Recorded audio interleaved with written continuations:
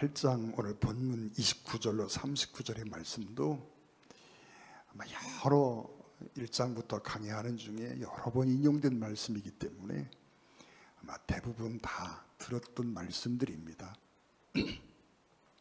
여러분, 우리가 신앙생활하면서 반드시 있어야 되는 확신들이 있습니다. 나는 구원받았다고 하는 확신이 있어야 하고,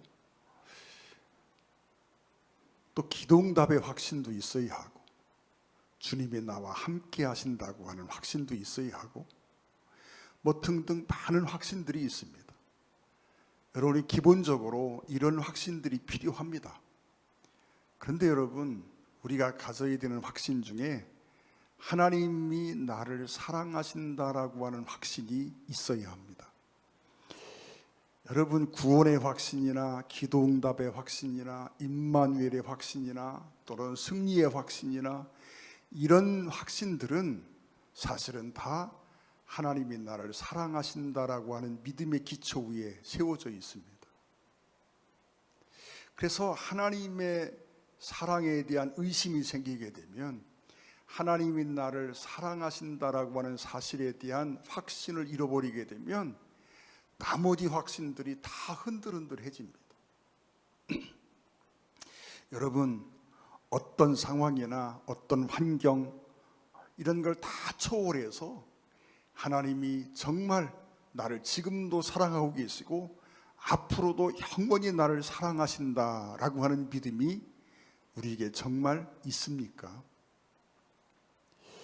여러분, 구약을 닫는 성경이 말라기서입니다. 말라기서는 구약의 결론 같은 말씀이지요. 그런데 말라기서를 여는 하나님의 첫 마디가 있습니다. 말라기서 1장 2절이지요. 여호와께서 이르시되 내가 너희를 사랑하였노라 하나 너희는 이르기를 주께서 어떻게 우리를 사랑하셨나이까 하는도다. 말라기서를 여는 첫 마디가 하나님이 그렇게 말씀합니다. 내가 너희를 사랑했다라고 말씀하는 거예요. 하나님은 창세 이후 사랑하시는 하나님이었습니다. 그냥 좀 좁게 생각해도 이스라엘 민족을 향해서 하나님이 너희가 애굽에서 나올 때부터 지금까지, 물론 그전에도 사랑하셨지만 내가 너희를 사랑했다라고 말씀합니다. 그러자 이스라엘 백성들이 하는 말이 하나님이 우리를 사랑하셨다고요?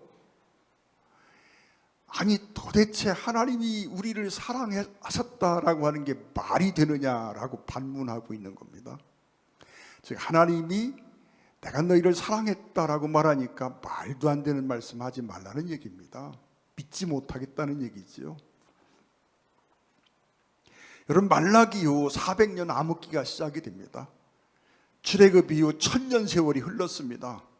그 1000년 긴 세월 동안 하나님 이스라엘 백성들을 향하여 말하기를 내가 너희를 그동안 사랑했다라고 말하니까 이스라엘 백성들이 말하기를 뭔 소리 하십니까? 하나님이 우리를 사랑하셨다고요?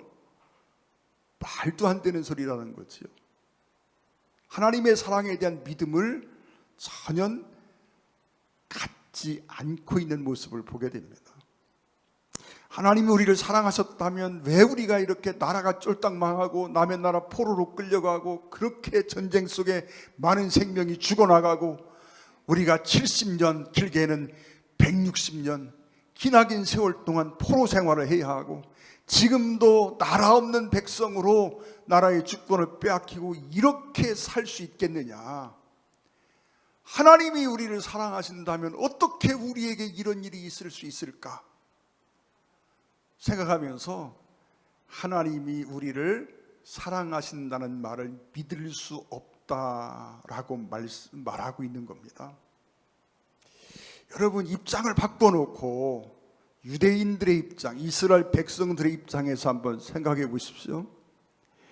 하나님께 은혜 받고 복을 받았던 기억들은 별로 하지 않고요, 얻어맞고 아수르에게 북왕국이 멸망하고 남왕국 유다는 바벨론에게 멸망당하고 멸망당하기 이전에도 수많은 고난을 당했고요, 남의 나라 포로로 끌려갔다가 돌아와서 겨우 예루살렘에 성벽을 쌓고 성전을 짓고 그 와중에 얼마나 많은 환난과 핍박을 겪습니까?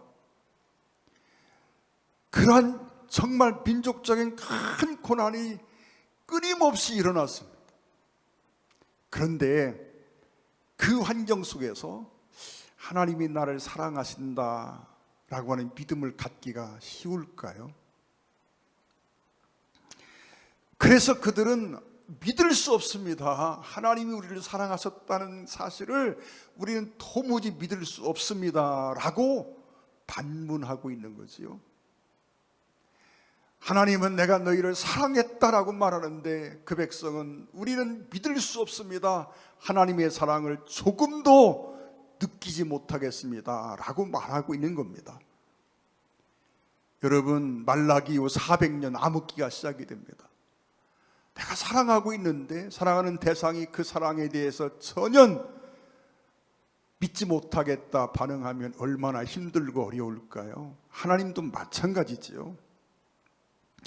여러분, 하나님의 사랑에 대해서 우리가 확신이 없게 되면 우리 신앙생활 전반이 다 무너지게 됩니다. 하나님이 나를 사랑하고 있다고 하는 확신이 세워지면 여러분, 우리 신앙생활이 활기 있게 되고 우리 신앙생활이 힘있고 능력이 나타납니다. 그러나 하나님의 사랑이 흔들거리면, 하나님이 나를 사랑하신다라고 하는 믿음이 흔들거리면 모든 신앙생활이 다 무너져 내립니다. 그런데 여러분, 우리의 삶에는 하나님의 사랑을 의심할 만한 그런 환경들이 너무 많습니다. 그런 조건들이 끊임없이 다가옵니다. 어떻습니까? 여러분의 삶에는 그런 일이 없을까요? 우리가 살면서 심한 고난 가운데 들어가면 그때도 하나님의 사랑에 대한 확신이 흔들리지 않고 분명히 있을 수 있을까요? 내가 전혀 원인을 알지 못하게 고난을 당합니다. 그 고난의 강도가 너무 강해서 살 소망이 끊어지는 그런 상태가 되면 그때도 하나님의 사랑에 대한 믿음이 흔들리지 않고 분명할 수 있을까요? 여러분, 이런 환경들의 변화는 우리의 어떤 믿음을 약하게 만들 수 있습니다. 그러나 여러분, 그럼에도 불구하고 환경 속에서 다가오는 여러 가지 어떤 고난과 어려움 속에서도 우리는 분명히 하나님의 사랑에 대해서 흔들리지 않을 수 있습니다. 그러나 여러분, 정말 우리가 살면서요, 하나님이 나를 사랑하신다라고 하는 확신이 흔들리는 경우가 생겨납니다. 그 경우는 죄입니다. 습관적인 죄를 반복해서 내가 짓고 있습니다. 내가 나를 바라봐도 사랑할 만한 구석이 안 보이는 거예요. 내가 나를 바라봐도 하나님이 나를 죽이지 않으면 다행이다 싶습니다. 그 환경 속에서도 하나님이 나를 사랑하고 있다라고 확신할 수 있습니까? 여러분, 죄가 내 속에 들어오고 그 죄가 자꾸 반복이 되고 습관적이 되고 죄가 쌓여가고 그러다 보면 내 스스로도 나를 믿을 수 없게 되고 나를 믿을 수 없는 상태, 그 상태에 들어갈 때 어떻게 나 같은 녀석을 하나님이 사랑한다 하실 수 있을까? 말이 안 된다는 생각이 들어가는 겁니다. 그때 내 죄 때문에, 내게 쌓여진 이 죄의 무게 때문에 하나님이 나를 사랑하신다는 확신이 흔들거릴 수 있다는 얘기입니다. 여러분, 죄는 그 자체가 매혹적입니다. 죄가 주는 즐거움도 있습니다. 그래서 그 매혹적이고 즐거움을 가져다 주고 쾌락을 주고 나의 삶에 어떤 말초적인 기쁨을 자극하고 이러한 죄가 내 속에 들어오면 하나씩 하나씩 쌓여가고 그것이 습관화되고 그 상태에 들어갑니다. 그러다 보면 이 죄에 대해서 무감각해지기도 쉽습니다. 그런데 그 죄가 결국은 하나님의 사랑에 대한 확신을 무너뜨리게 됩니다. 여러분, 하나님이 정말 나를 사랑할까요? 내가 그러한 죄 가운데 빠져 있을 때도 하나님이 나를 사랑할까라고 하는 겁니다. 내가 나를 봐도 죽어마땅한 죄인 같은데, 내가 나를 봐도 도무지 사람답지 못한데, 내가 나를 바라봐도 구원받기는커녕 천국은커녕 지옥 가도 맨 밑바닥 갈 것 같은 상태에 있는데, 그때도 하나님이 나를 사랑한다라고는 확신을 가질 수 있을까요? 사랑하는 성도 여러분, 오늘 본문 35절에 보면 그렇게 말합니다. 누가 우리를 그리스도의 사랑에서 끊으리요? 아무것도, 어떤 것도 우리를 그리스도의 사랑에서 끊을 수 없다라고 말씀하고 있습니다. 여러분, 우리가 알아야 되는 게 있습니다. 우리에겐 하나님이 나를 사랑하지 않을 것 같은 수많은 이유가 있지만, 성경은 분명히 말합니다.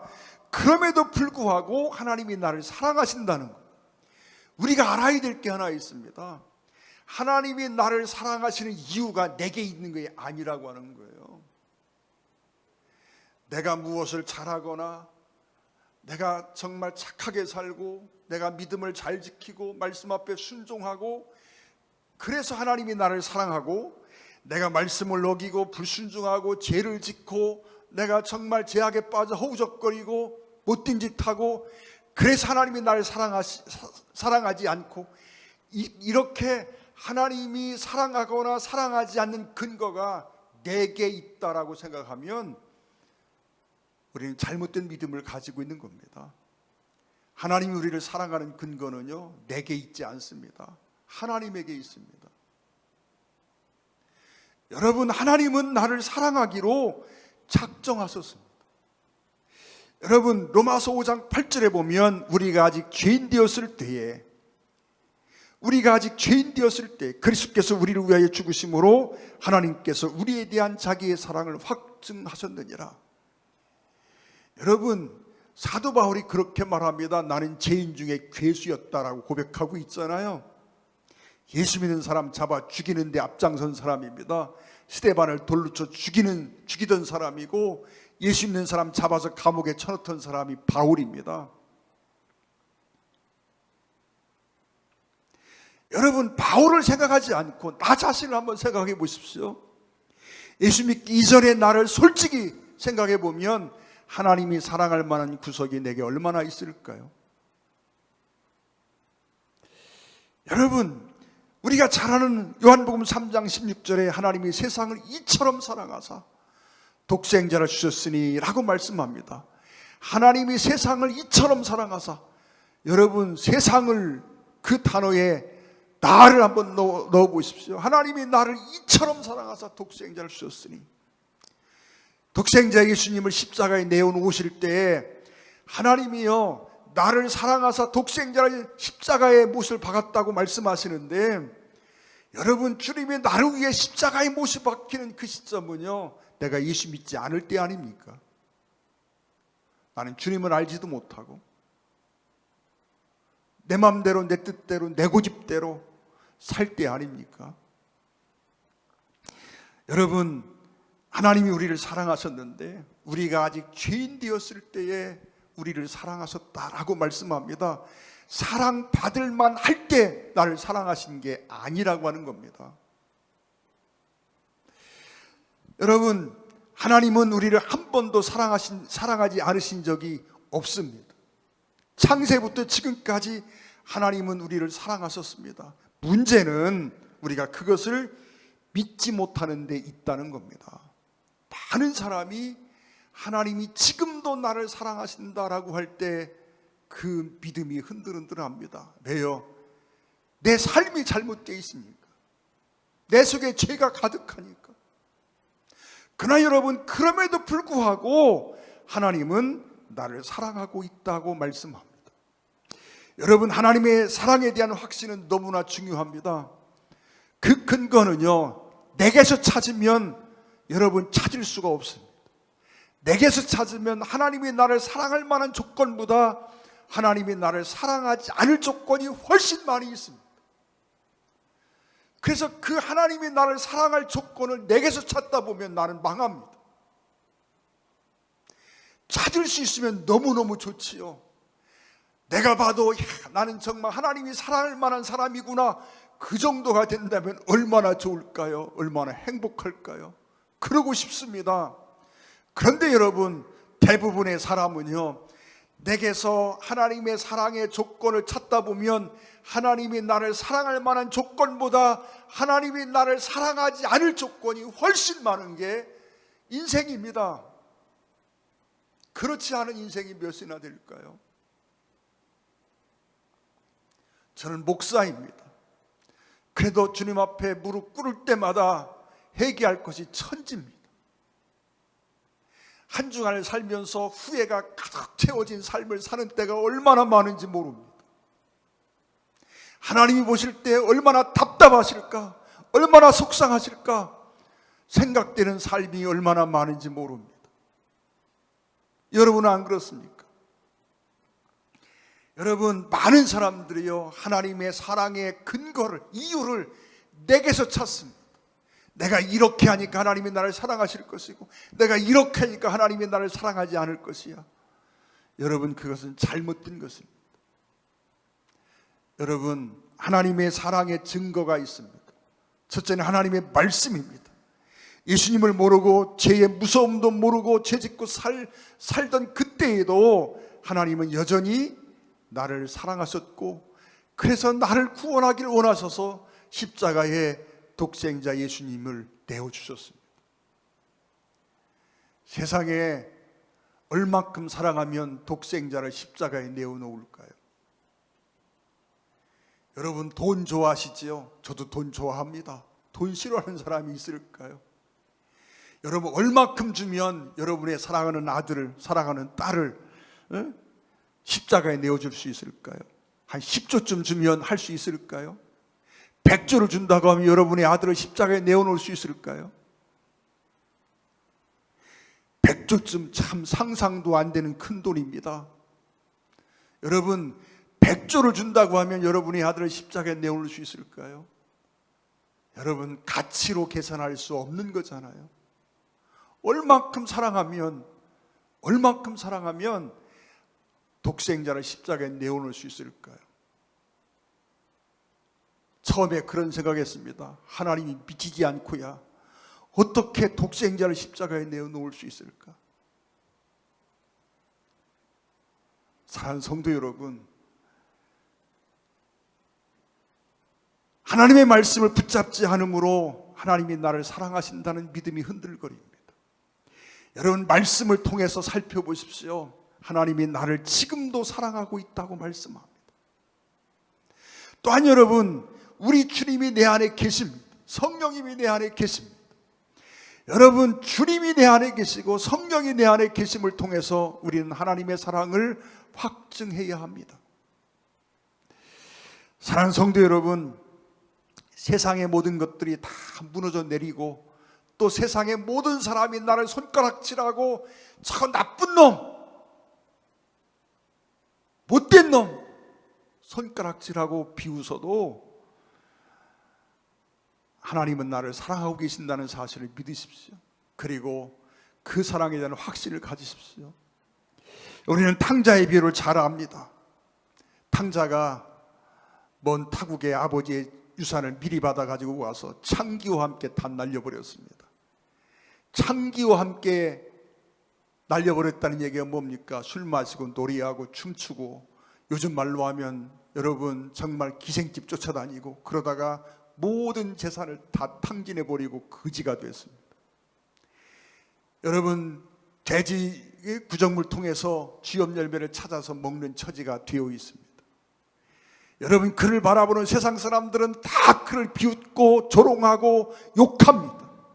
저 바보 같은 녀석, 저 사람 같지 않은 녀석, 저 나쁜 놈, 못된 놈, 그리고 다 비웃고 손가락질합니다. 여러분, 한 피를 나눈 형제마저도 그 형이 그 동생을 평가하는 건 우리가 잘 알고 있지 않습니까? 그 형도 동생을 생각할 때 사람처럼 여기지 않습니다. 그러나 그때도 아버지는 그 탕자를 기다리고 있습니다. 그 탕자가 돌아온 것만 가지고도 너무너무 기쁘고 행복합니다.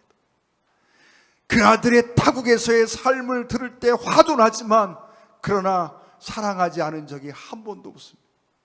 세상 사람은 비난하고 욕하고 조롱해도 아버지는 가슴 아파하며 그 아들 때문에 눈물 짓고 그 아들이 돌아오기를 학수고대하며 기다렸고, 아들이 돌아올 때 그 아들이 혹시 주눅이 들지 않을까, 혹시 어떤 마음을 먹지 않을까 안타까운 마음에 송아지를 잡고 금가락지를 끼우고 좋은 옷을 해입히고, 여러분 그게 아버지의 마음이었고 그게 하나님의 마음이라고 말씀합니다. 그렇게 방탕한 삶을 살면서 사람 같지 않은 모습을 보일 때 세상의 모든 사람이 손가락질하고 비웃고 조롱하는 상태에 빠져 있을 때에도 아버지는 그를 사랑하고 있었다라고 주님은 말씀하고 있는 것입니다. 여러분, 하나님이 나를 사랑하는 근거가 내게 있는 게 아닙니다. 하나님에게 있습니다. 우리는 그 근거를 내게서 찾으려 하니까 항상 하나님의 사랑에 대한 의심을 갖습니다. 어느 날 교회에서 부흥회가 있었습니다. 저 대구에 있는 기도원 원장님이 오셔서 교회에서 부흥회를 했습니다. 그 원장님이 부흥회를 하시는 중에 뜬금없이 그런 말씀을 하십니다. 하나님이 우리 정유랑 목사님을 참 많이 사랑하신답니다. 속으로 생각했습니다. 말 같은 얘기를 해야지. 하나님이 사랑하는 거 누가 몰라? 그런데요, 그 얘기를 듣는 순간요, 너무 뻔한 얘기고 아는 얘기인데 그래도요 마음에 기쁨이 있고 감동이 있고 감사가 있습니다.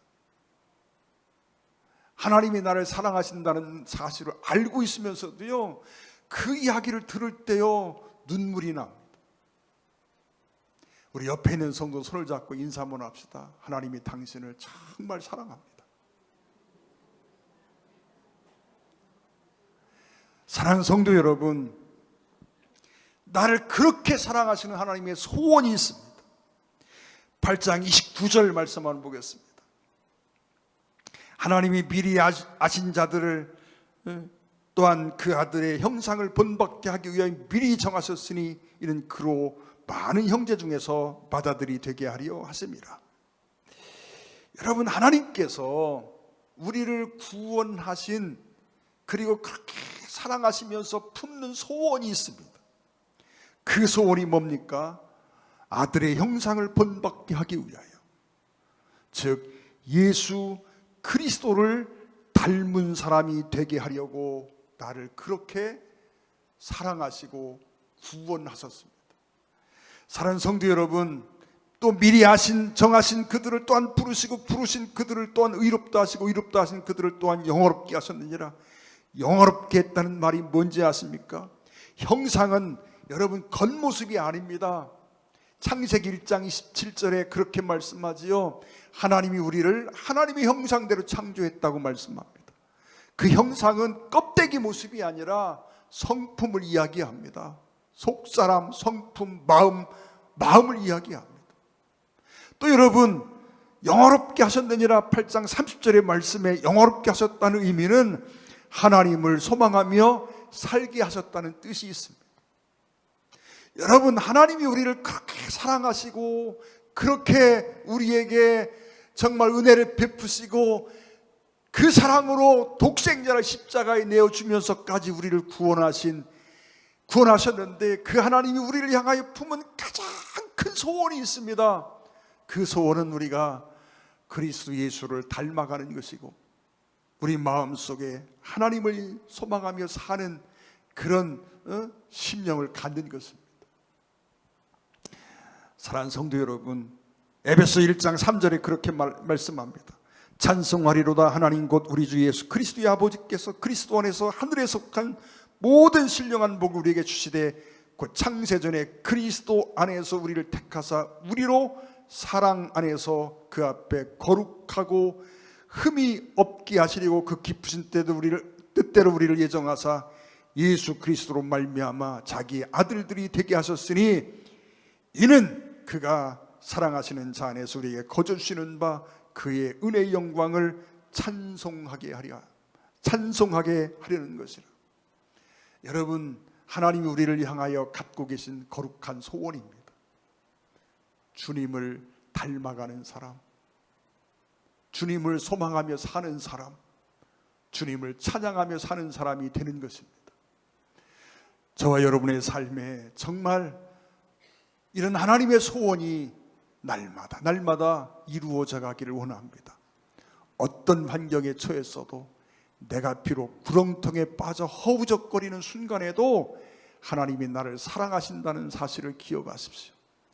하나님이 나를 사랑하신다는 사실을 기억하고 그 사랑을 체험하게 되면요, 마음대로 살던 삶이 편해서요, 마음대로 살고 싶어지지 않습니다. 여러분, 하나님의 사랑을 확신하고 그 사랑을 체험한 사람은요, 거룩해지고 싶은 욕망이, 소망이 그 속에 솟아납니다. 내 마음대로 내 뜻대로가 아니라 어떻게 하면 하나님께 영광을 돌릴까? 여러분, 그런 소원을 품고 살게 되어 있습니다. 그래서 날마다 그 삶이 변화되고 그 삶을 통해서 하나님의 영광을 받으시게 됩니다. 기도하겠습니다. 사랑하는 아버지 하나님, 우리가 살면서 하나님이 나를 사랑하신다는 사실을 의심하는 때가 종종 있음을 고백합니다. 그러나 우리가 말씀과 주의 거룩한 성령의 은혜 가운데 우리가 이 확신이 흔들리지 않게 하여 주옵소서. 언제나 하나님의 사랑이 체험되고 하나님의 사랑이 느껴지고 하나님의 나를 사랑하심을 항상 기억하며 살게 하여 주시옵소서.